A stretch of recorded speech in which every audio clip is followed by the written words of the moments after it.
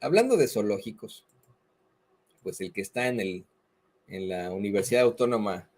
en la Universidad Nacional Autónoma de México y sus autoridades, ¿no? Vaya zoológico de autoridades que tiene la Universidad Nacional Autónoma de México.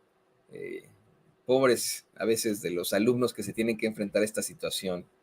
Pobre de nuestra máxima casa de estudios, la licenciada Laura Ceballos Alcázar, nos hace un reporte de esta situación. Híjole, verdaderamente, pues, cuestionable. Para Laura no solamente es un zoológico de autoridades, la Universidad Nacional Autónoma de México,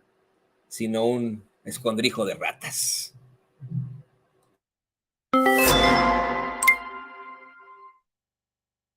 Hola, ¿qué tal amigos? Soy Laura Ceballos y esta es mi participación semanal para Sin Censura. UNAM,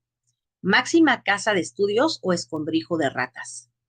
Es profundamente indignante que haya personajes que se muevan entre las cúpulas del poder en México sin responder a las consecuencias de sus catastróficos desempeños. Vemos con horror y aún con más enojo que el saliente consejero del INE, Lorenzo Córdoba, culmina una presidencia inconstitucionalmente extendida a través de una reforma constitucional de 2014, en la que, a pesar de señalarse específicamente que los puestos de consejero y presidente no podían ser ocupados por alguien que hubiera sido funcionario de ese propio consejo y que Lorenzo ya había ocupado por 4 años, se le haya concedido sin más trámite que el nombramiento de una Cámara de Diputados a la orden del entonces presidente Peña Nieto, en total consenso y en concordancia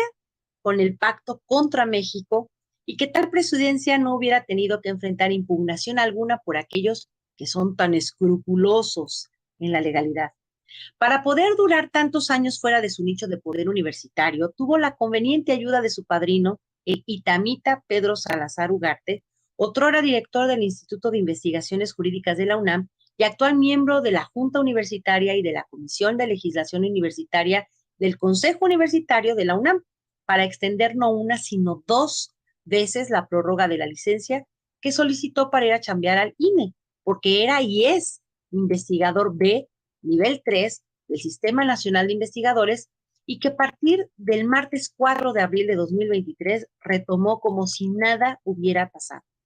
Y es increíble cómo, además de pasarse de una presidencia de 360,000 a 400,000 pesos mensuales por aparecer como quien realizaba un trabajo, pero en realidad apoyado por 26 asesores de 100,000 pesos, regrese a su escritorio como profesor e investigador de la UNAM y al Instituto de Investigaciones Jurídicas, donde también trabajará como antaño, rodeado de asesores y profesores suplentes, por un sueldo que, de acuerdo a su descripción de base, se compone de la siguiente manera. Remuneración base, 37,265 pesos con 66 centavos. Estímulos, 106,995 pesos con 22 centavos, haciendo un total de 134,531 pesos con 99 centavos. Suma a la que habrá que añadir cantidades ignotas como bonos de comités editoriales, asesorías para partidos, para políticos, conferencias nacionales y en el extranjero, publicaciones en revistas especializadas, sus libros, proyectos de investigación. Ah, y claro, las nuevas remuneraciones que tendrá como comentarista experto del tema político electoral y golpeador por los 4 costados en la prestigiosa casa de Loreto Grosso, Latinos, que se financia desde, suponemos, los bolsillos de Roberto Madrazo, que es férreo enemigo, no opositor, del presidente López Obrador. Desde ahí tendrá el escenario dispuesto para seguir engañando al público con sus visiones apocalípticas de un instituto de la democracia destruido, que no respetará la democracia, que descastará a los consejeros al ponerlos bajo la lupa en la parte administrativa que tanto ofende a una patria que está en reconstrucción y que tiene millones de mexicanos empobrecidos por las soflamas colonialistas con que defendieron sus sueldos de la austeridad, bajo el pretexto de la superespecialización de sus miembros. A nadie debe impresionar que este inicuo presidente del INE haya decidido convertirse en vocero de la OPO en latinos, como no sorprende que exministros de la Corte como Cosío o exdiputados como Fernández de Ceballos sean abogados de esa facción antiproletaria y antijusticia. Solo se abren de capa y exponen su verdadera naturaleza y gusto por la vida de lujos. Pero lo que sí debe mover a la sociedad es que esos mismos exfuncionarios coronen su inmoralidad ética, que los reciban en la UNAM como si de próceres se tratara y que sea la máxima casa de estudios la que lave los pasados inaceptables de personajes que tanto daño han hecho al país por generaciones.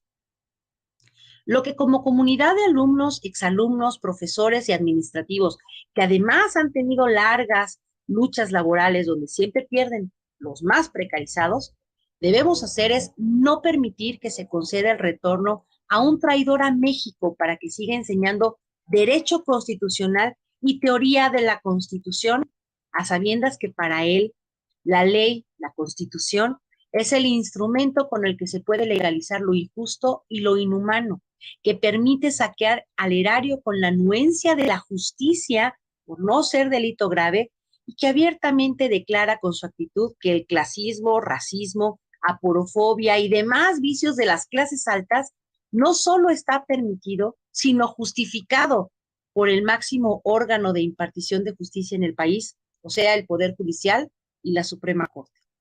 La misión del grupo priista que está en el poder en la UNAM es simple: retenerla como bastión donde sus fuerzas se agrupan y se convierten en prohombres del patronato y se lanzan contra el pueblo y la democracia desde la intelectualidad más autorizada del país.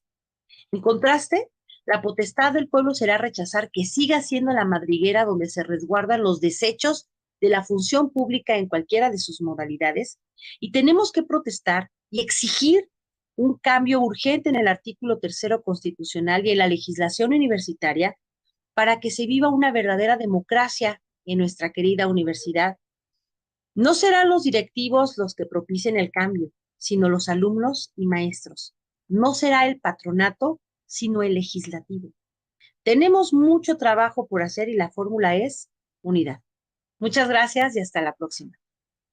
Muy interesante, y específicamente es importantísimo que una egresada de nuestra máxima casa de estudios pueda hacer planteamientos no solo como críticas, sino como propuestas ante las irregularidades que existen ahí en la Universidad Nacional Autónoma de México, a donde llega ese personaje pues verdaderamente controvertido, un personaje que, híjole, miren, de hecho